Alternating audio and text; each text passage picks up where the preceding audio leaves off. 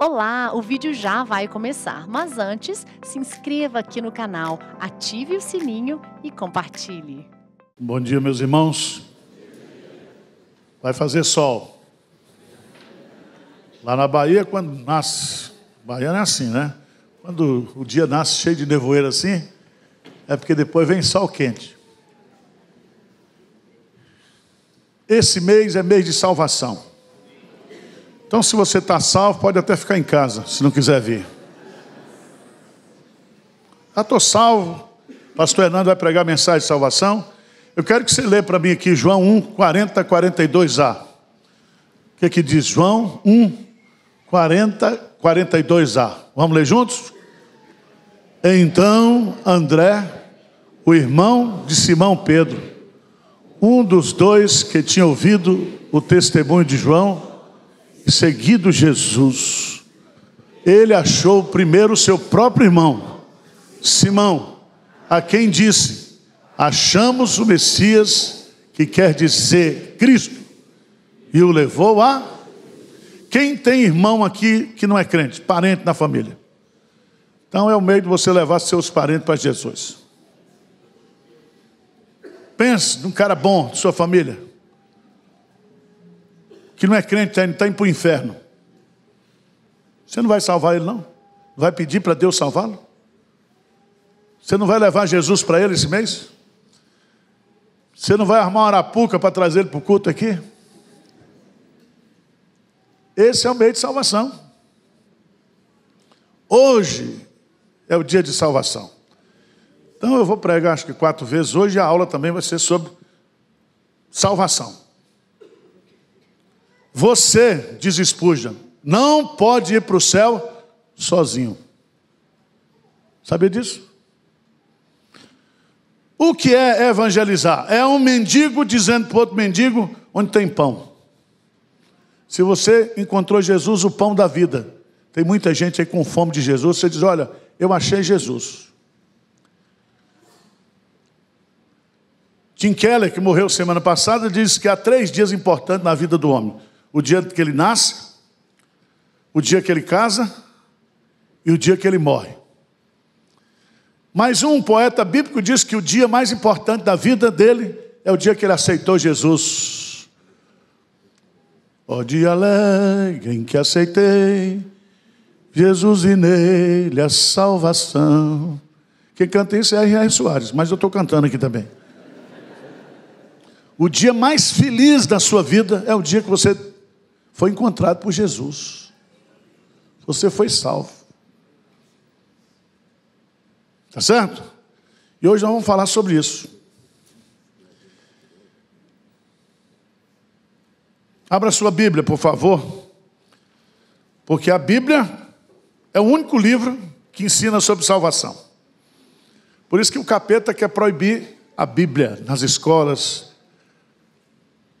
Por isso que queimam a Bíblia, por isso que proíbe a Bíblia. Paulo diz que é na Bíblia que nós podemos conhecer a salvação. É o livro da salvação. Tá certo? Então nós vamos pregar a Bíblia. Abra sua Bíblia, por favor, lá em Mateus capítulo 19, 16 a 30. Diz assim: eis que alguém, aproximando-se, lhe perguntou: mestre, que farei eu de bom para alcançar a vida eterna? Respondeu-lhe Jesus: por que me perguntas acerca do que é bom? Bom só existe um. Se queres, porém, entrar na vida, guarda os mandamentos. E ele lhe perguntou: quais? Respondeu Jesus: não matarás, não adulterarás, não furtarás, não dirás falso testemunho. Honra teu pai e tua mãe, e amarás o teu próximo como a ti mesmo. Replicou-lhe o jovem: tudo isso tenho observado. O que me falta ainda? Disse-lhe Jesus: se queres ser perfeito, vai, vende os teus bens, dá aos pobres e terás um tesouro no céu. Depois vem e segue-me. Tendo, porém, o jovem ouvido essas palavras, retirou-se, triste, por ser dono de muitas, o quê? Propriedades. Então Jesus disse a seus discípulos: em verdade vos digo que um rico dificilmente entrará no reino dos céus. E ainda vos digo que é mais fácil passar um camelo pelo fundo de uma agulha do que entrar um rico no reino de Deus.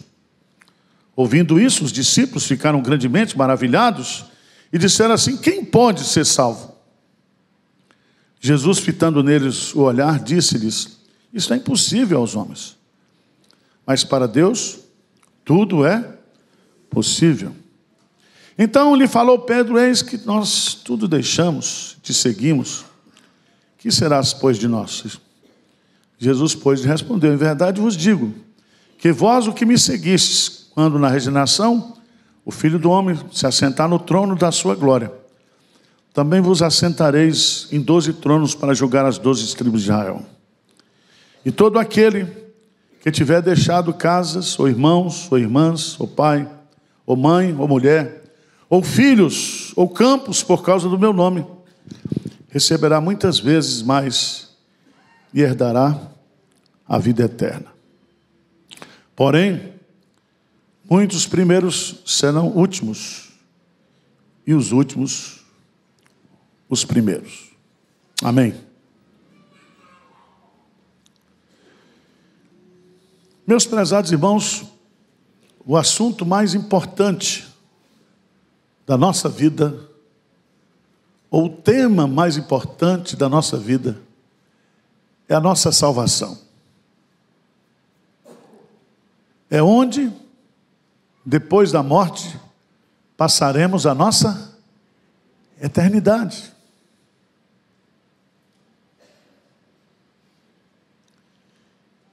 E a igreja é a única agência estabelecida por Deus para pregar essa mensagem, a mensagem de salvação.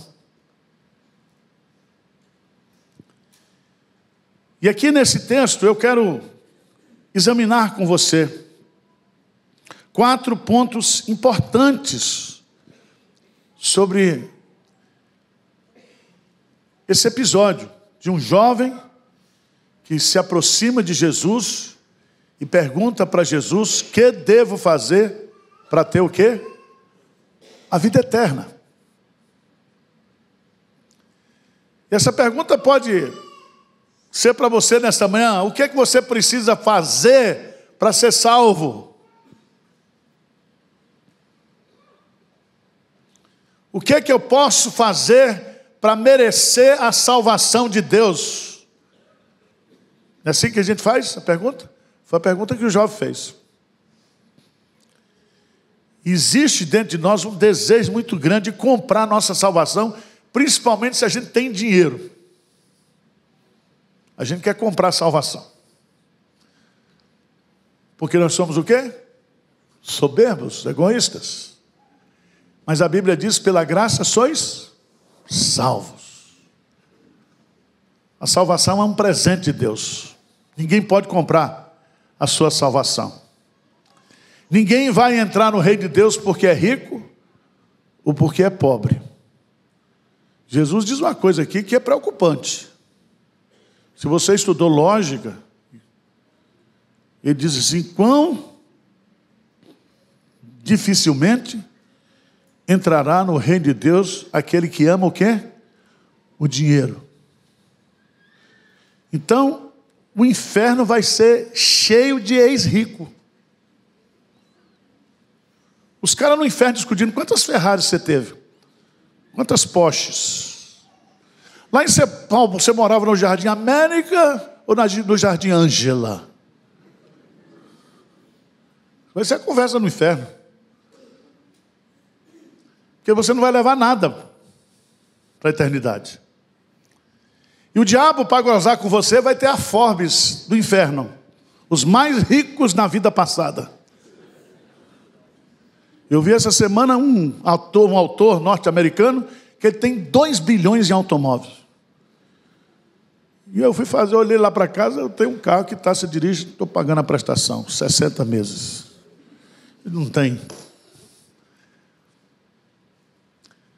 Mas vamos para o texto. Porque esse texto começa com uma pergunta. Versículo 16. Lê comigo aí. O que diz? E eis que alguém, aproximando-se, lhe perguntou: Mestre, que farei eu de bom para alcançar o quê? A vida eterna.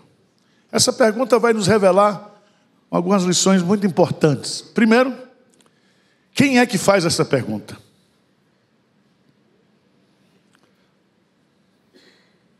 Se você observar no versículo 20, veja aí no versículo 20, replicou-lhe o quê? O jovem.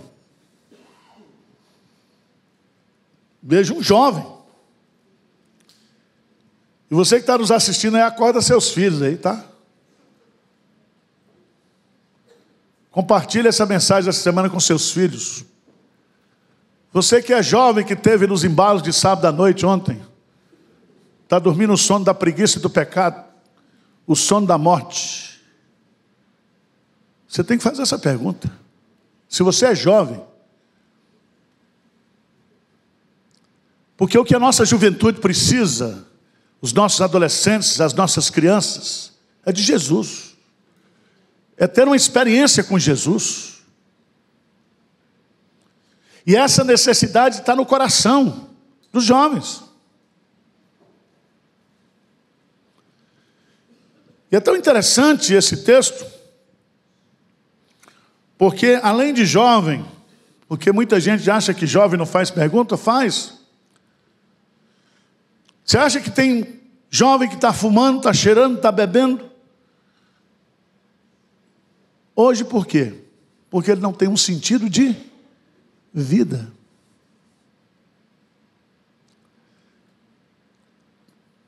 Os jovens eles estão perdidos. A juventude está perdida.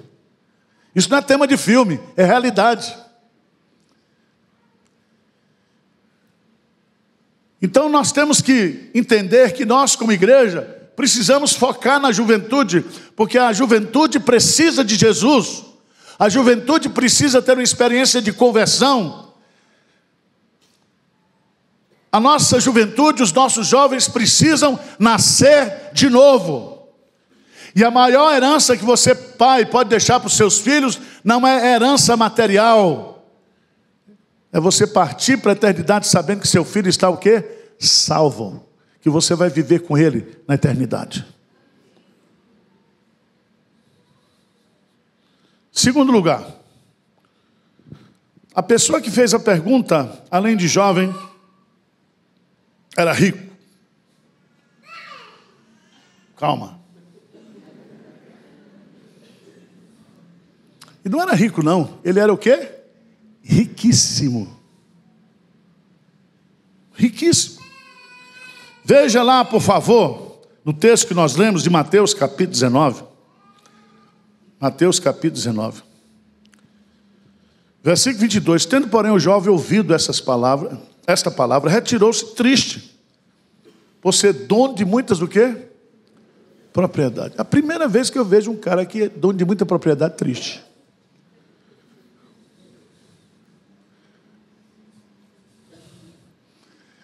Eu vejo muita gente triste porque está duro. Veja o texto paralelo, por favor. Lá em Lucas, capítulo 18, versículo 18. Lucas, capítulo 18, versículo 18.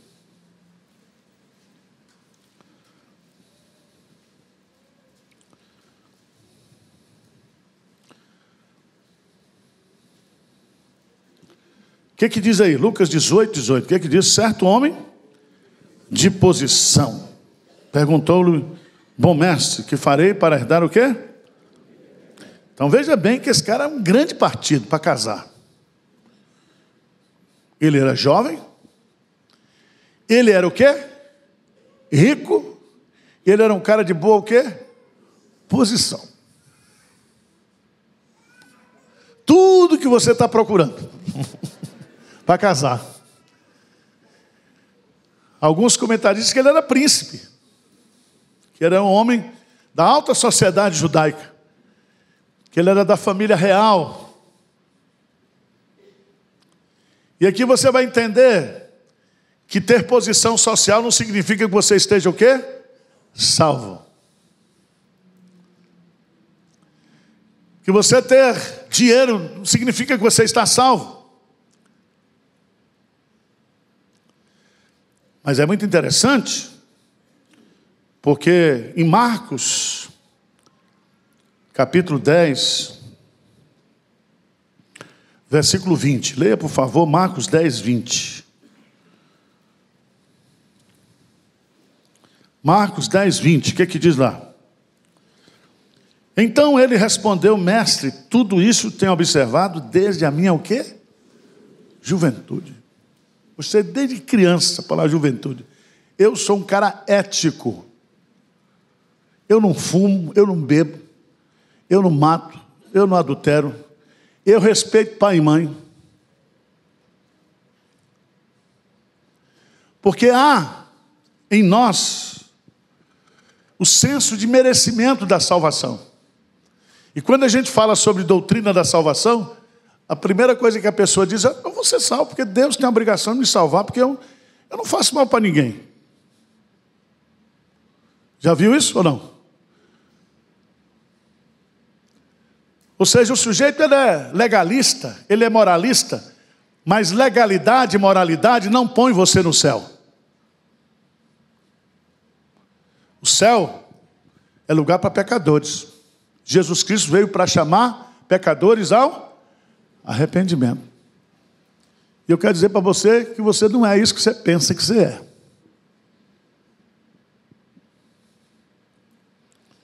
Então veja que essa pergunta, ela é muito significativa nessa narrativa, porque a pessoa que faz essa pergunta era um jovem, ele tinha dinheiro, ele era um homem de posição, ele era um homem ético,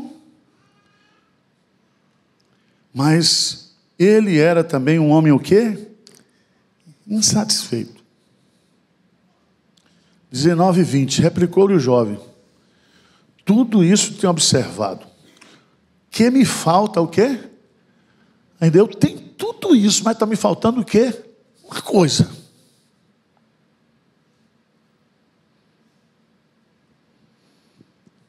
Já notou isso? Porque você pode ter tudo, sempre você vai querer ter alguma coisa. Porque a medida do ter nunca se enche. Você quer ter.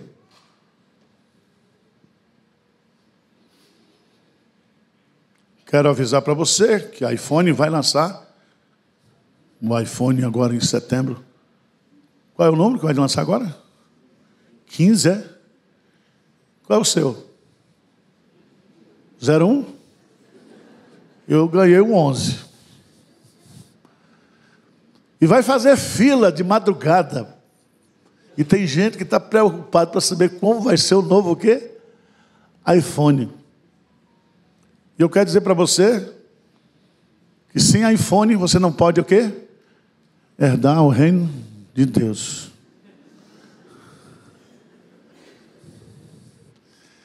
Você já notou que nós vivemos numa sociedade que cria necessidades que nós não temos? E a nossa sociedade também, dirigida pelo capeta, esconde a maior necessidade que eu preciso. A necessidade de Jesus, de salvação.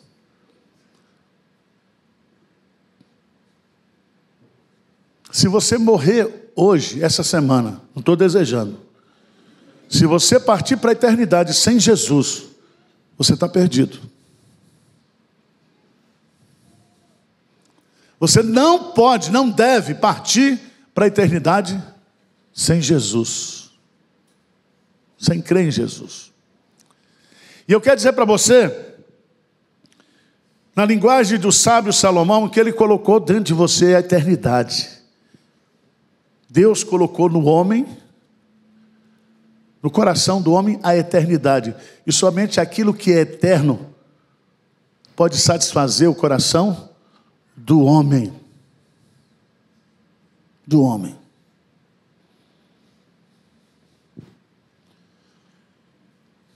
Mas, se você observar bem, lá em Marcos capítulo 10, versículo 17, a mesma narrativa. Marcos 10, 17. Esse homem sentia que lhe faltava alguma coisa, mas Marcos vai acrescentar um detalhe. E pondo-se Jesus a caminho, correu um homem ao seu encontro e ajoelhando-se, perguntou-lhe: bom mestre, que farei para herdar o quê? A vida eterna.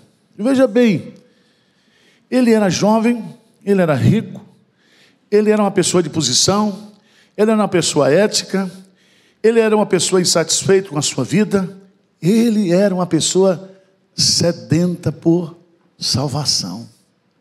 Eu quero fazer alguma coisa para ser salvo.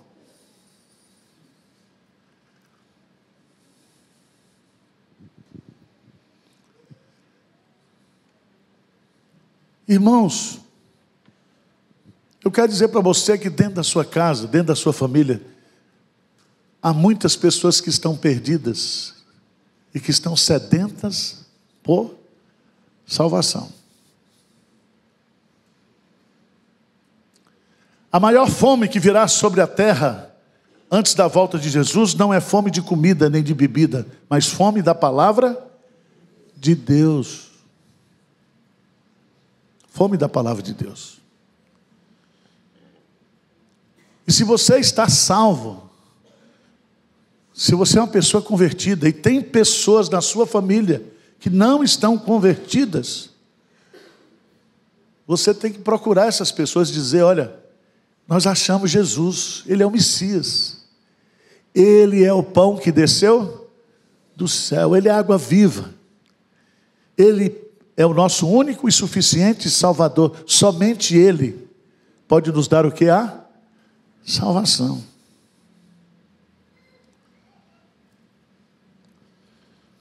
Vocês estão entendendo ou não? Esse é o primeiro ponto. O primeiro ponto da narrativa é a pessoa que fez o quê? A pergunta. Mas o segundo ponto dessa narrativa é a disposição desse jovem. Ele está pronto a fazer alguma coisa pela sua salvação. Então vamos fazer a caminhada lá da Compostela, vamos? Ou vamos em Fátima, ou vamos em Nossa Senhora Aparecida. O que eu devo fazer? Você arruma uma cruz, põe uma rodinha para ajudar e vai arrastando até Nossa Senhora da Aparecida. Quando você chegar lá, você vai ser salvo. É isso que Jesus vai dizer? Mas esse jovem está disposto. O que eu devo fazer? Eu tenho que fazer jejum? Eu tenho que distribuir os meus bens com os pobres? Eu tenho que levar o meu corpo para ser queimado? O que eu preciso fazer para ser salvo? Você sabe que geralmente as pessoas são salvas porque cada um de nós tem um ponto de contato para a salvação. O jovem rico, o ponto de contato de salvação é porque ele amava o quê? O dinheiro. E quanto mais dinheiro ele tinha, mais infeliz ele era.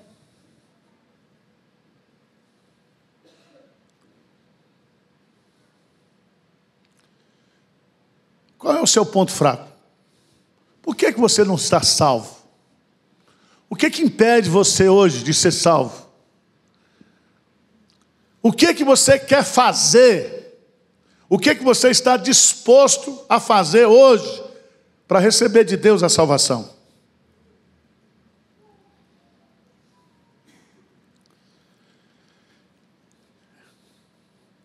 Essa pergunta, que farei eu de bom, ele está dizendo assim: o que eu faço para merecer? Ele queria fazer algo de bom para merecer a vida eterna. Eu quero dizer para você que esta é a disposição de todo aquele que acha que a salvação é pelas obras.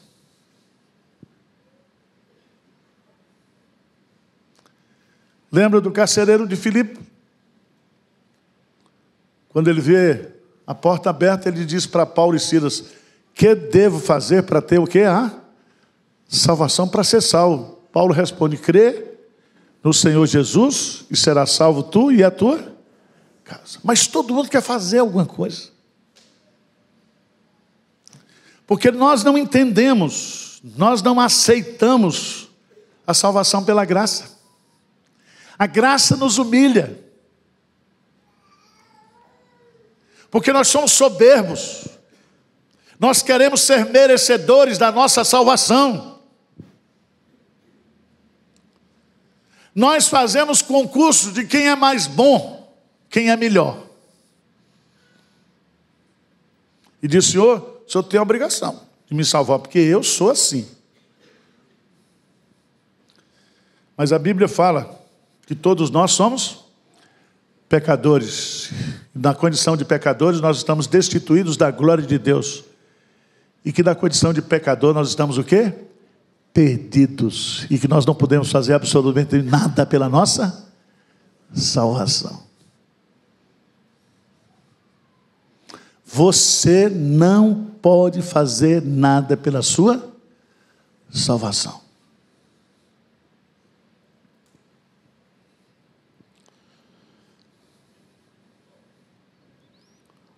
Veja o que Paulo coloca lá em Romanos capítulo 10. Só explicar para vocês. Romanos capítulo 10.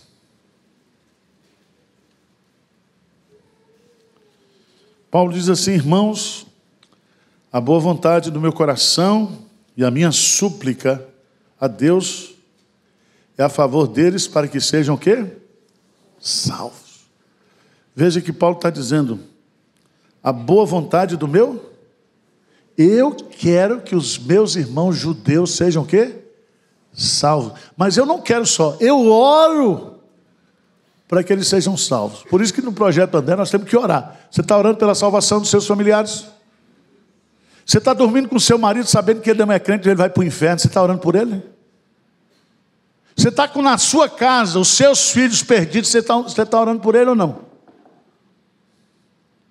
Você tem um cunhado, um pai, uma mãe que não é crente, você está orando por eles? Paulo está dizendo: eu de boa vontade quero que eles sejam salvos, mas eu não somente isso, eu oro para que eles sejam salvos.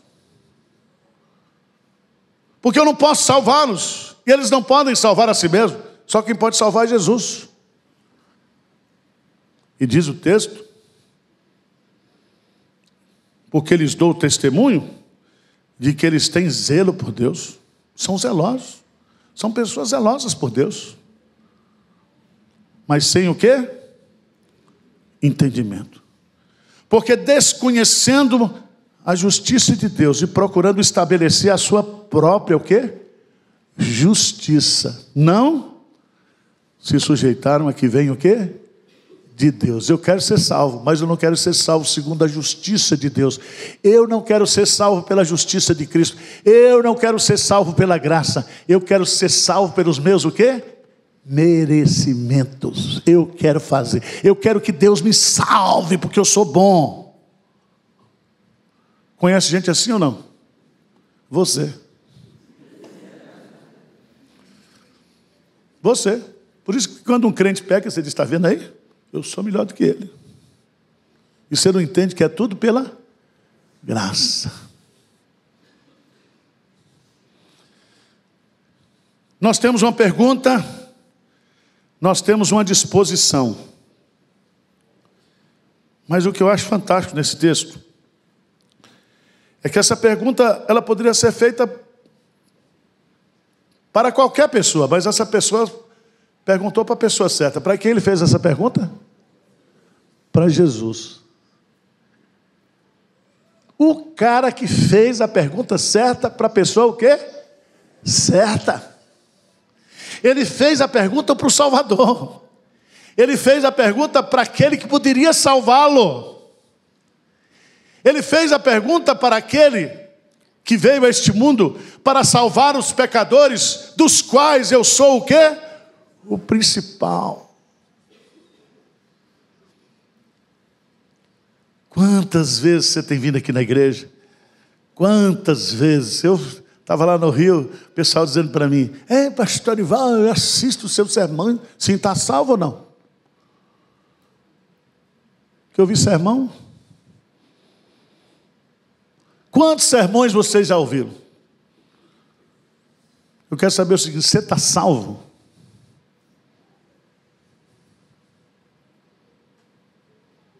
Quantas vezes você veio para a igreja? Quantas vezes? Quantas vezes? Quantas vezes? Você é um cara que tem um currículo que você acha que Deus vai colocar você no céu porque você é um cara religioso.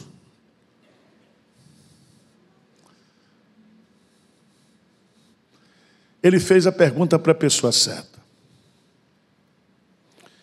Jesus, a quem um jovem diz, chama de bem. Chama de mestre e de bom. Veja lá em Marcos 10, 21. Marcos 10, 21. Eu acho esse versículo muito bonito. Muito bonito esse versículo, porque você que é jovem aí, diz assim: ninguém me ama, ninguém gosta de mim. Veja que Marcos 10, 21 diz. O que diz aí? Marcos 10, 21. Lê comigo rápido.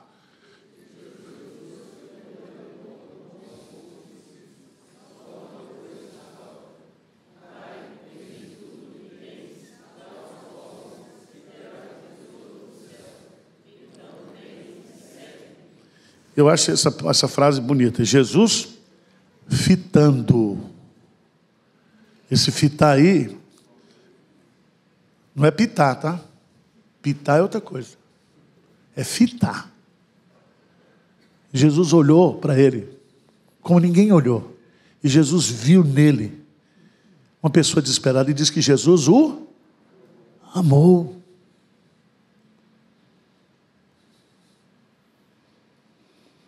Por isso que a Bíblia diz que Deus amou o mundo que deu o seu Filho unigênito para que todo aquele que nele crê não pereça, mas tenha o quê? Então tem muita gente que é amada por Jesus, mas não aceita Jesus, rejeita Jesus. Não é o amor de Jesus que não salva você. É porque você rejeita Jesus. Porque se você crê, você tem a vida eterna. Atos, capítulo 4, versículo 12. Veja comigo.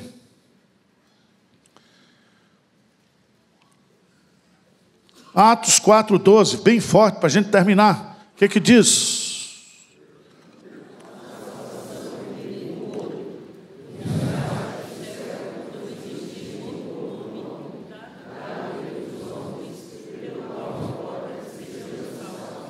Veja que esse jovem, que foi a pessoa certa, que foi amada pela pessoa certa, era o único que poderia o quê? Salvá-lo. Porque não há salvação em nenhum outro.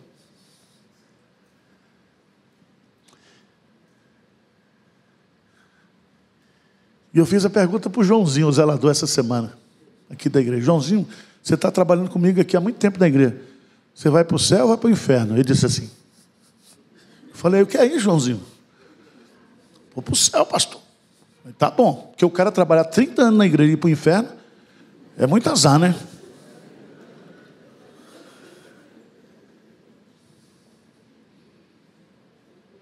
Você quer fazer essa pergunta para a sua faxineira essa semana? Para o seu patrão?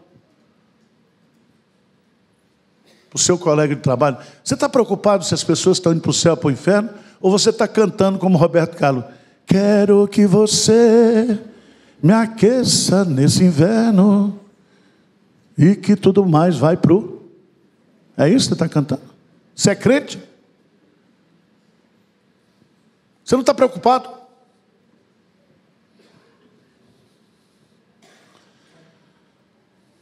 A resposta de Jesus é quarto ponto. Juntamente com a reação do jovem, versos 21 e 22. Jesus vai dizer aqui claramente, versículo 21 e 22.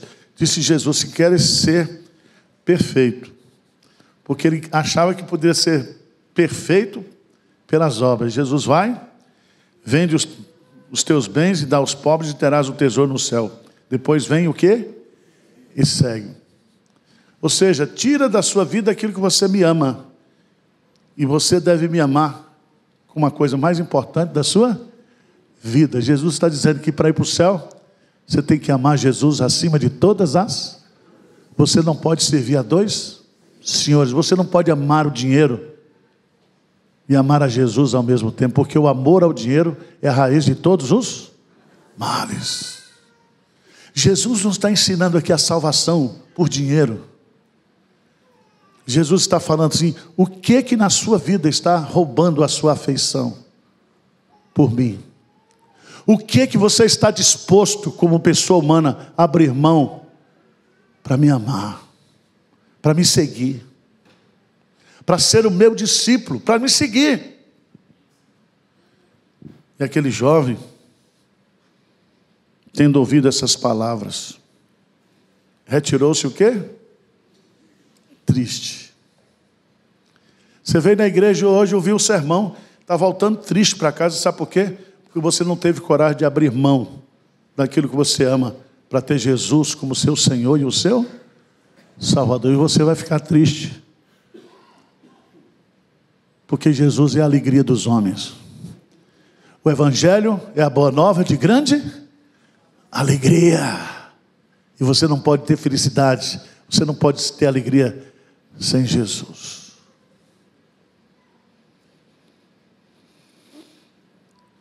Meus irmãos, a salvação é mais difícil para aqueles que confiam no dinheiro. Mas para ficar bastante claro, eu queria que você fosse. Porque Jesus disse: dificilmente entrará no reino dos céus aquele que ama o quê? O dinheiro. Aí Pedro era judeu, os discípulos diziam: poxa, só vai ter pobre. Só tem pobre na terra. O céu cheio de pobre. É uma pobreza geral. Aí você diz: mas pastor, eu estou deixando tudo, brigando, abrindo mão de tudo para ter Jesus. Jesus vai responder, explicar para a gente que salvação não depende do que você tem, do que você renuncia. Versículo 26, lê comigo, por favor. Jesus, fitando neles o olhar, assim como fitou o olhar para o jovem. Isto é o quê?